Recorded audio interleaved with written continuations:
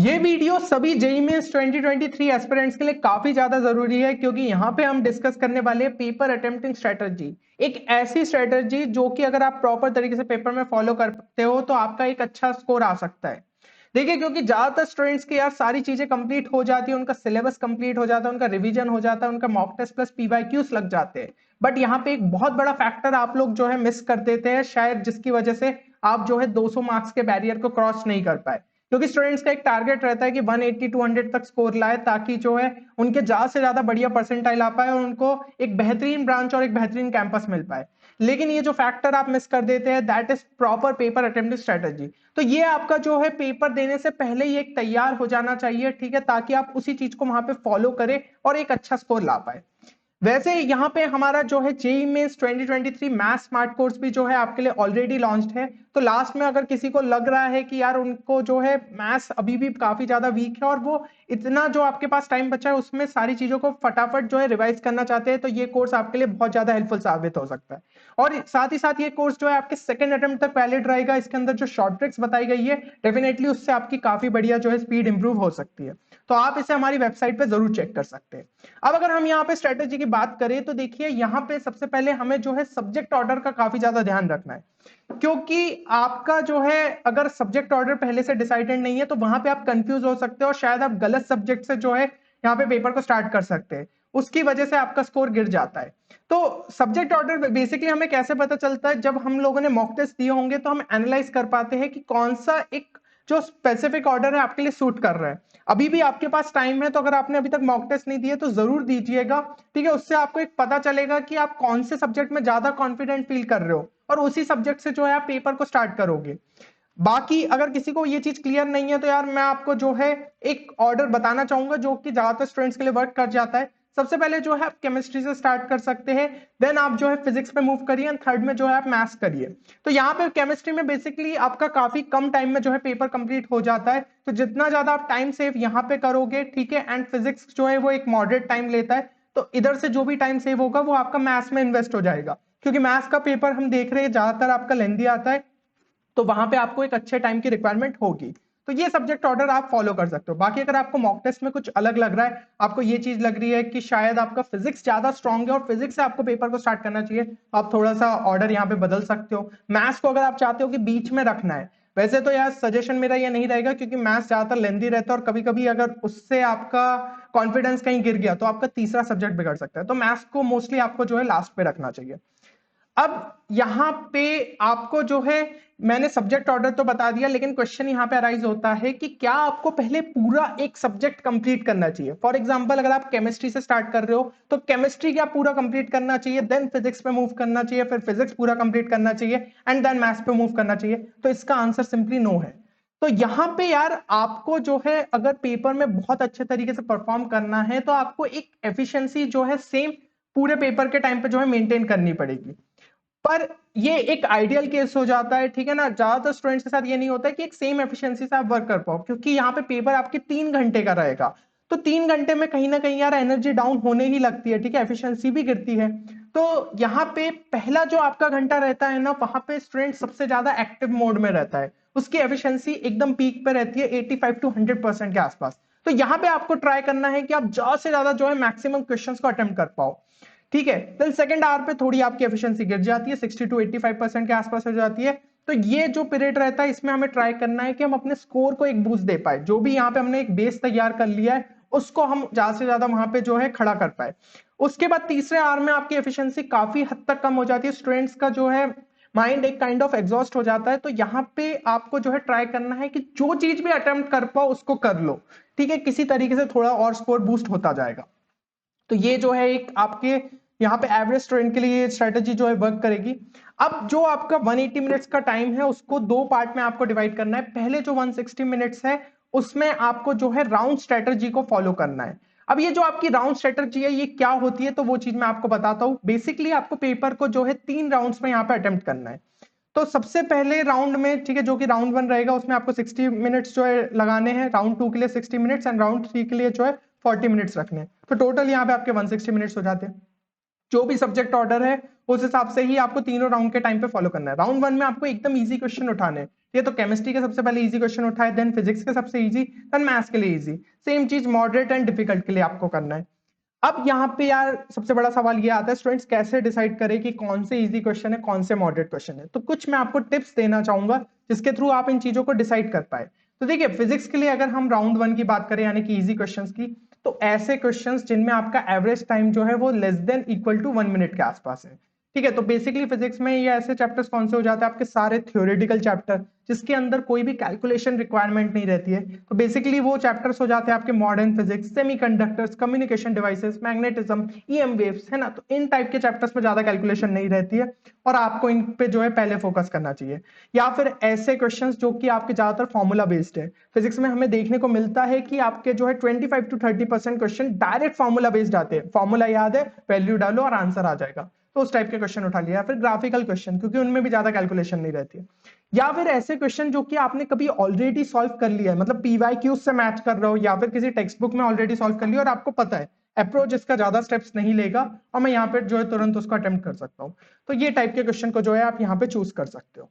Then अगर हम जो है आपके केमिस्ट्री के देखें तो यहाँ पे केमिस्ट्री के जो आपके राउंड 1 के इजी क्वेश्चंस हो जाते हैं उनमें बेसिकली ये रहता है कि एवरेज टाइम आपको less than equal to 1 minute लगता है, क्योंकि केमिस्ट्री के काफी क्वेश्चंस तो यार ऐसे रहते हैं डायरेक्ट, मतलब क्वेश्चन पढ़ा फैक्चुअल है अपन को पता है उसका आंसर टिक कर दिया। तो बेसिकली आपके इनऑर्गेनिक केमिस्ट्री के लगभग सारे क्वेश्चन, क्योंकि उनमें जो है आपका यहाँ पे कोई भी कैलकुलेशन ना के बराबर रहता है, कुछ एक आधे क्वेश्चन में थोड़ा मिक्स कर दिया फिजिकल के साथ तो अलग बात है।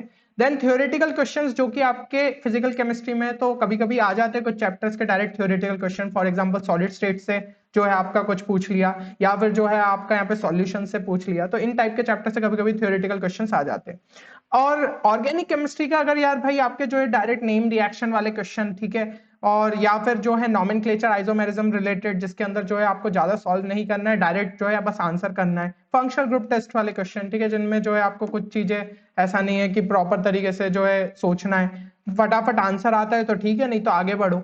फिर जो लास्ट के आपके चैप्टर्स हो जाते हैं basically biomolecules, polymers, chemistry in everyday life, तो इनसे तो भाई थ्योरेटिकल ही क्वेश्चन पूछे जाते हैं। तो ये सारे जो है आपके राउंड 1 में आ जाते हैं। अब बात करते हैं आपके राउंड 1 मैथ्स के लिए। तो यहाँ पे जो इजी क्वेश्चन है वो वैसे कैटेगरी में थोड़े कम देखने को मिलते हैं, पर जितने देखने को मिलते हैं वो आपके कौन से चैप्टर से फंस सकते हैं, तो वो है आपका sets and relation, mathematical reasoning, statistics, limits, जो कि कुछ मॉडरेट लेवल के क्वेश्चन कभी कभी पूछ लेते हैं, क्वाड्रेटिक क्वेश्चन जिसमें मॉडरेट लेवल के क्वेश्चन कभी कभी आते हैं, सीक्वेंस एंड सीरीज जिसमें मॉडरेट लेवल के क्वेश्चन आते हैं। तो ये जो है आपके चैप्टर्स हो सकते हैं। या फिर जो है आपके कभी कभी डायरेक्ट फॉर्मूला बेस्ड क्वेश्चन हो जाते हैं, फॉर एग्जाम्पल वेक्टर्स 3D से कभी कभी जो है डायरेक्ट पूछ लिया जाता है, तो उसमें फॉर्मूला आता है तो बस वैल्यूज डालो और आंसर आ जाएगा। या फिर वही चीज है कि अगर कोई क्वेश्चन आपने ऑलरेडी कभी सॉल्व किया है और आपको पता है कि उसका अप्रोच किस तरीके से 3 से 4 स्टेप से ज्यादा वो इन्वॉल्व नहीं करेगा, तो इन टाइप के क्वेश्चन को आप पहले अटेम्प्ट कर सकते हो। इजी क्वेश्चंस का अपना राउंड 1 जो है खत्म हो गया, तो राउंड 2 पे मूव करेंगे। फिर फिजिक्स के राउंड 2 में जो है मॉडरेट क्वेश्चंस में बेसिकली आपको थोड़ा टाइम ज्यादा लगेगा, 1.5 से 2 मिनट के आसपास। तो ये इस टाइप के क्वेश्चन है जिसमें आपको अप्रोच तो पता है बट इसमें 3 से 4 स्टेप से ज्यादा ही जो है आपको लगेगा। तो यार ऑब्वियसली थोड़ा टाइम यहाँ पे इन्वेस्ट करना पड़ेगा क्योंकि हमें कोई आंसर रटे हुए तो रहते नहीं। तो इन टाइप के क्वेश्चन को आप उठा सकते हो। या फिर कुछ 2 या 3 चैप्टर के कॉन्सेप्ट्स मिक्स है तो उस टाइप के क्वेश्चंस जो है आपका थोड़ा टाइम ज्यादा ले लेते हैं, क्योंकि जो हमने कैटेगरी 1 की बात की थी उसमें जनरली आपका एक सिंगल कॉन्सेप्ट जो है इन्वॉल्व रहेगा, बट कभी कभी जो है क्वेश्चंस जैसे मैकेनिक्स के साथ जो है आपके दूसरे किसी चैप्टर को मिक्स कर दिया, तो इन टाइप के क्वेश्चन में जो है टाइम लगता है। अगला केमिस्ट्री की बात करें तो केमिस्ट्री के मॉडरेट क्वेश्चन में आपको 1 से 1.5 मिनट के आसपास कभी कभी टाइम लगता है। इनमें आपके जो फॉर्मूला बेस्ड फिजिकल केमिस्ट्री के क्वेश्चन हो गए जिनमें आप थोड़ा सा भाई कैलकुलेशन करना पड़ेगा। फिर ऑर्गेनिक केमिस्ट्री के हो गए जिनमें आपको कभी कभी एक प्रॉपर फ्लो बनाना रहता है ना, कि ये कंपाउंड से आपका ये कंपाउंड बना, फिर दूसरे से ये तीसरा बना, तो एक काइंड ऑफ टेबल जो है फॉर्म करनी रहती है। तो इस टाइप के क्वेश्चंस में थोड़ा सा टाइम लग जाता है, बट अगर स्टूडेंट्स को सारी रिएक्शंस अच्छे से पता है तो हो ही जाएगा इतने टाइम में।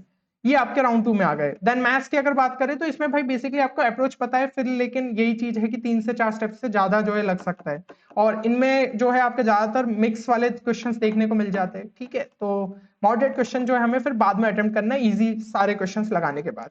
अब आपकी इजी हो गए मॉडरेट हो गए तो यार एक कॉन्फिडेंस जो है बिल्ड हो जाता है और आपको समझ में आता है कि हाँ मैं कितने मार्क्स तक ला सकता हूँ। लास्ट में आता है यार आपके डिफिकल्ट क्वेश्चंस की कैटेगरी। तो यहाँ पे जो राउंड 3 में स्टार्ट होते हैं इनमें आप टाइम जो है सबसे ज्यादा लगेगा ही, बट आप जो है एक तरीके से सेटिस्फाइड रहोगे कि आपको जितने क्वेश्चंस बनने थे उतने तो आपने डेफिनेटली यहाँ पे कंप्लीट कर चुके हो। अब फिजिक्स की बात करते हो तो एकदम न्यू क्वेश्चन है, अब उसमें सोचना पड़ेगा, ऑब्वियसली थोड़ा टाइम ज्यादा लगेगा। कोई लेंदी अप्रोच वाले क्वेश्चन है वो हो गए, या फिर असर्शन रीजन के क्वेश्चन में क्या रहता है कभी कभी थोड़ा सा टाइम लग जाता है, तो उस टाइप के क्वेश्चंस को आप देख सकते हैं। असर्शन रीजन बेसिकली थोड़ा सा कंफ्यूज कर ही देते हैं, तो इस टाइप के क्वेश्चंस को ट्राई करना चाहिए कि आप लास्ट में ही अटेम्प्ट करो। अगर बहुत इजी दिख जाए तो पहले कर लिया।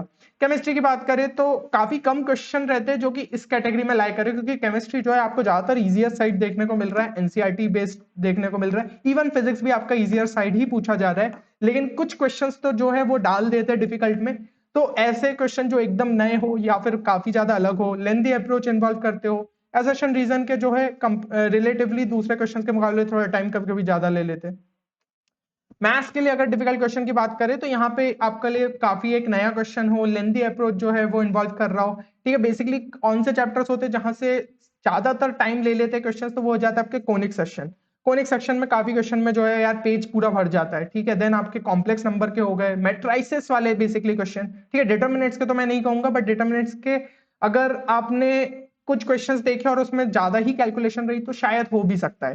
देन इंटीग्रल्स की बात करें तो इंटीग्रल्स के क्वेश्चन में टाइम लग जाता है, क्योंकि इसमें कभी कभी समझ में नहीं आता है कि किस तरीके से इंटीग्रेट करे फंक्शन को, ठीक है। तो ये आपको यार बेसिकली सब्स्टिट्यूशन की सारी टेक्निक्स पता होनी चाहिए कि इस तरीके से इंटीग्रेट किया जाएगा फंक्शन को। देन एओडी के क्वेश्चन कभी कभी टाइम ले लेते हैं। तो ये सारे चैप्टर्स को आपको थोड़ा ट्राई करना चाहिए। अगर क्वेश्चन इजी नहीं है तो भाई लास्ट के लिए छोड़ दो, पहले सारा कंप्लीट कर लो अपने mathematical reasoning statistics easy chapters के कर लो, फिर इनको जो है लास्ट में देखेंगे। असर्शन रीजन के क्वेश्चन कभी कभी जो है देखने को मिल जाते हैं। तो मेरे हिसाब से यहाँ पे चीजें जो है आपको क्लियर हो गई होगी, ठीक है। अब लेकिन यहाँ पे आपको ये पता चल गया है इजी, मॉडरेट और डिफिकल्ट को किस तरीके से चुनना है, लेकिन ये कैसे पता लगा है कि भाई ये इसी कैटेगरी के अंदर जाएगा, मतलब पहली नजर में ही कैसे जो है ये चीज हमें पता चले। तो इसके लिए यूज करनी रहेगी आपको स्किमिंग टेक्निक। स्किमिंग टेक्निक यानी कि आपको फटाफट स्पीड रीड करना है क्वेश्चन को, ज्यादा टाइम नहीं लगाना है उसमें, 10 सेकंड के अंदर जो है समझना है, डेटा उसमें जो है गैदर करना है, एक बेसिक आइडिया समझना है कि क्वेश्चन आपसे क्या पूछना चाह रहा है, कौन से चैप्टर का है, कौन से टॉपिक का है। ये चीज भी तभी अगर आपको स्ट्राइक कर जाती है तो और बढ़िया है। डायग्राम बेस्ड क्वेश्चन है तो उसकी इंफॉर्मेशन को इंटरप्रेट करना और इजी बढ़ जाता है, कि भाई बेसिकली आपको जो है अगर थर्मो रिलेटेड क्वेश्चन आ गया, आपको ग्राफ बना हुआ है, तो आपको समझ में आ जाएगा हाँ भाई इस टाइप का ही कॉन्सेप्ट इसमें लगेगा। तो डायग्राम बेस्ड क्वेश्चन और इजीली जो है आप समझ सकते हो। तो ज्यादा से ज्यादा 10 सेकंड देना है और 15 सेकंड, और इसके अंदर जो है आपको उस क्वेश्चन को फटाफट इंटरप्रेट करना है, क्योंकि अगर आप 30 सेकंड समझने में ही लग रहे हो तो यार फिर सॉल्व कब करोगे। इसलिए स्किमिंग टेक्निक जो है आपको लगाते हुए ये डालना है कि कौन सी कैटेगरी में जो है आपका क्वेश्चन जा रहा है। अब जो लास्ट के 20 मिनट से उसमें क्या करना है, तो उनमें जो है आपको जितने क्वेश्चंस जो बचे हुए हैं सब पे एक साथ अटैक करना है। अब कोई ऑर्डर के बारे में मत सोचो, जितने आपको करने थे वो ऑलरेडी आप अच्छे तरीके से अटेम्प्ट कर चुके हो। तो इसमें आपको शुरू से स्टार्ट हो जाना है और जितने भी अनअटेम्प्टेड क्वेश्चन है सबको एक बार फटाफट देखो। और अटैक यहाँ पे मतलब है कि भाई आपको जो भी अटेम्प्ट कर सकते हो सब अटेम्प्ट करो। और यहाँ पे मैं कहूंगा ठीक है आपको स्मार्ट टेक्निक्स को यूज करना है, for example substitution, option elimination, graphical approach. तो यहाँ पे जो है अभी रिसेंटली हमने आपके लिए एक वीडियो भी डाला था, ठीक है, जिसके अंदर बताया था कि स्मार्ट टेक्निक्स को किस तरीके से यूज कर सकते हैं। तो वो पिन कमेंट में मैं डाल दूंगा, उसको जरूर चेक करिएगा, दिमाग खुलेगा उससे आपका कि हाँ क्वेश्चन को इस तरीके से भी सोचा जा सकता है। और ये जो आखिरी के यार 20 मिनट रहेंगे ये आपको आपकी रैंक बिल्ड करने में हेल्प करेंगे, ठीक है। अभी तक जितना आपने किया ना उससे आपका जो एक अच्छा स्कोर आ जाएगा, आपको शायद एक अच्छी ब्रांच मिल जाए। लेकिन आप प्रीमियम रैंक चाहते हो तो उसके लिए जो है ये 20 मिनट में ही आपको कुछ बड़ा करना होगा।